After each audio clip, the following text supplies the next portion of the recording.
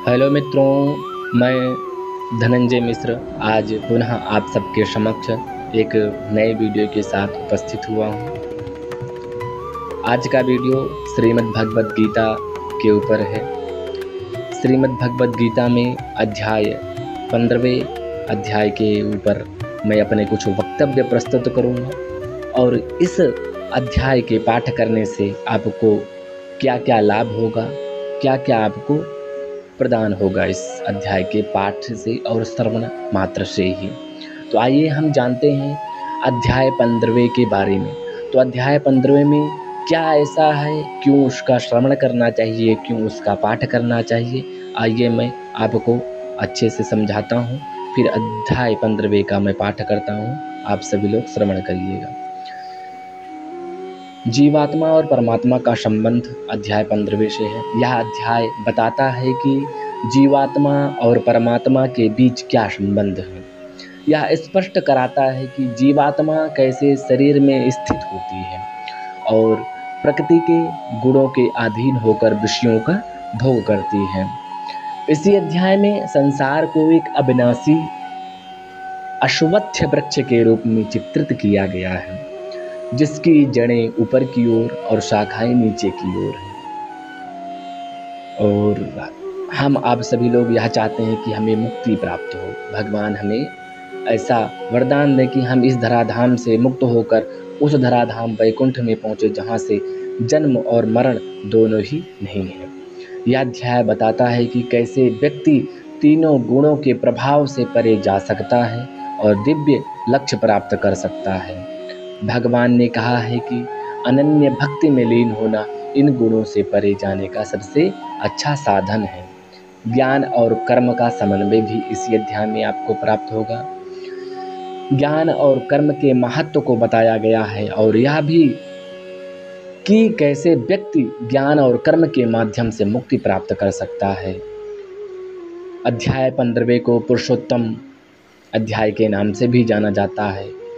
अध्याय में पुरुषोत्तम परमात्मा के स्वरूप का वर्णन है, जो सभी जीवों के हृदय में स्थित है और जिससे स्मृति, ज्ञान और उनका अभाव होता है।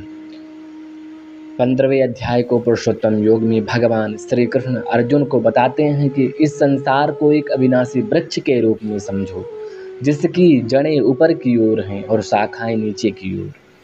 भगवान श्री कृष्ण अर्जुन को यह भी समझाते हैं कि इस वृक्ष के समान संसार से परे एक शाश्वत धाम है, जो जीवन और मृत्यु से परे है।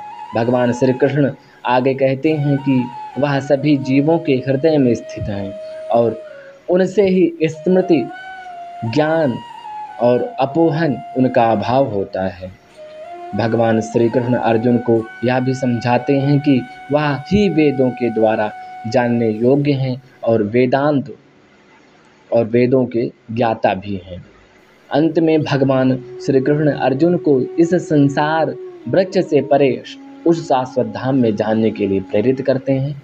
तो आइए हम आप सभी लोग भगवान श्री कृष्ण के मुखारविंदों से श्रीमद् भगवद गीता का जो उच्चारण हुआ था, कुछ उसी प्रकार मैं भी उच्चारण करूँगा। आप सब लोग उसे श्रवण करिए।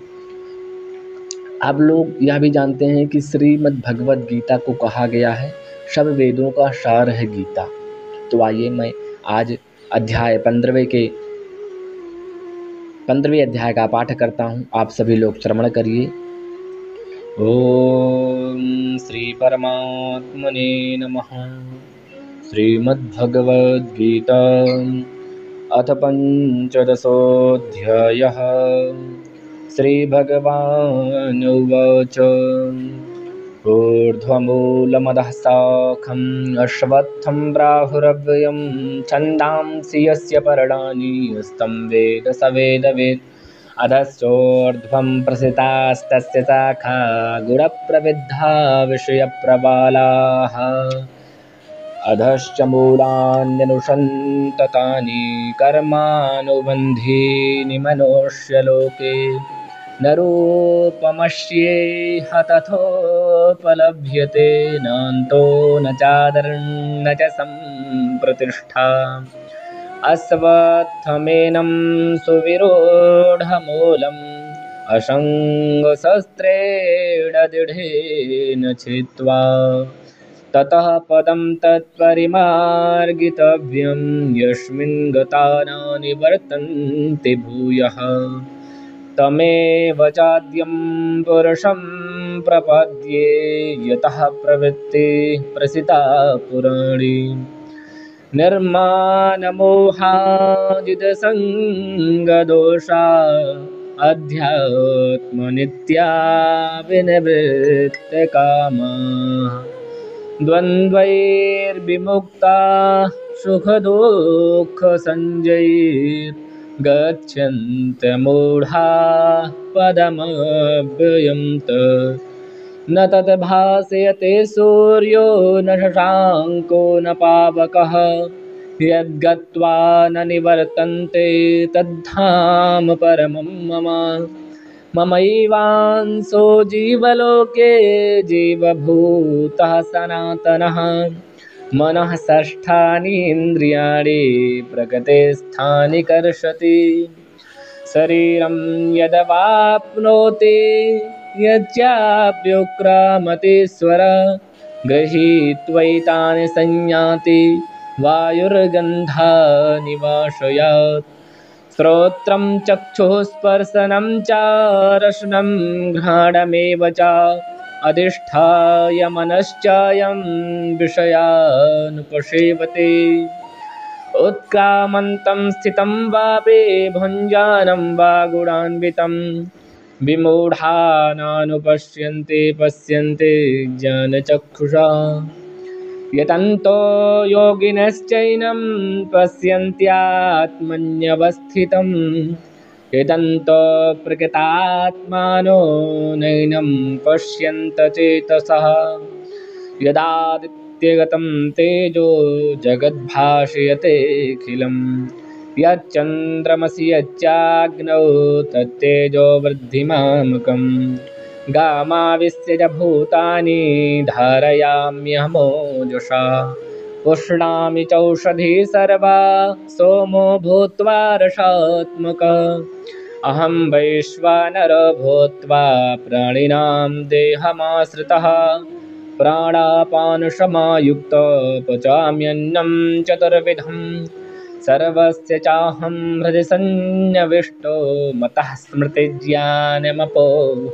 च वेदैश्च सर्वैरहमेव वेद्यो वेदान्तकृद्वेदविदेव चाहम् द्वामिमौ पुरुषौ लोके क्षरश्चाक्षर एव च क्षरः सर्वाणि भूतानि कूटस्थोऽक्षर उच्यते उत्तमः पुरुषस्त्वन्यः परमात्मेत्युदाहृतः यो लोकत्रयमाविश्य बिभर्त्यव्ययेश्वरः यस्माक्षरमतीतोऽहम् अक्षरादपि चोत्तमः अतोऽस्मि लोके वेदे च प्रथितः पुरुषोत्तमः यो मामेवमसम्मूढो जानाति पुरुषोत्तमं स सर्वविद् भजति मां सर्वभावेन भारत इति गुह्यतमं शास्त्रम् इदमुक्तं मया नघ एतद्बुद्ध्वा बुद्धिमान् स्यात् कृतकृतयश्च भारत ॐ तत्सते श्रीमद्भगवद्गीतासूपनिषत्सु ब्रह्मविद्यायां योगशास्त्रे श्रीकृष्णार्जुनसंवादे पुरुषोत्तमयोगो नाम पंचदशोऽध्यायः। तो हम आप सभी लोग इस पंचदशों अध्याय का श्रवण करिए और भगवान से यह प्रार्थना करिए कि आप भी इस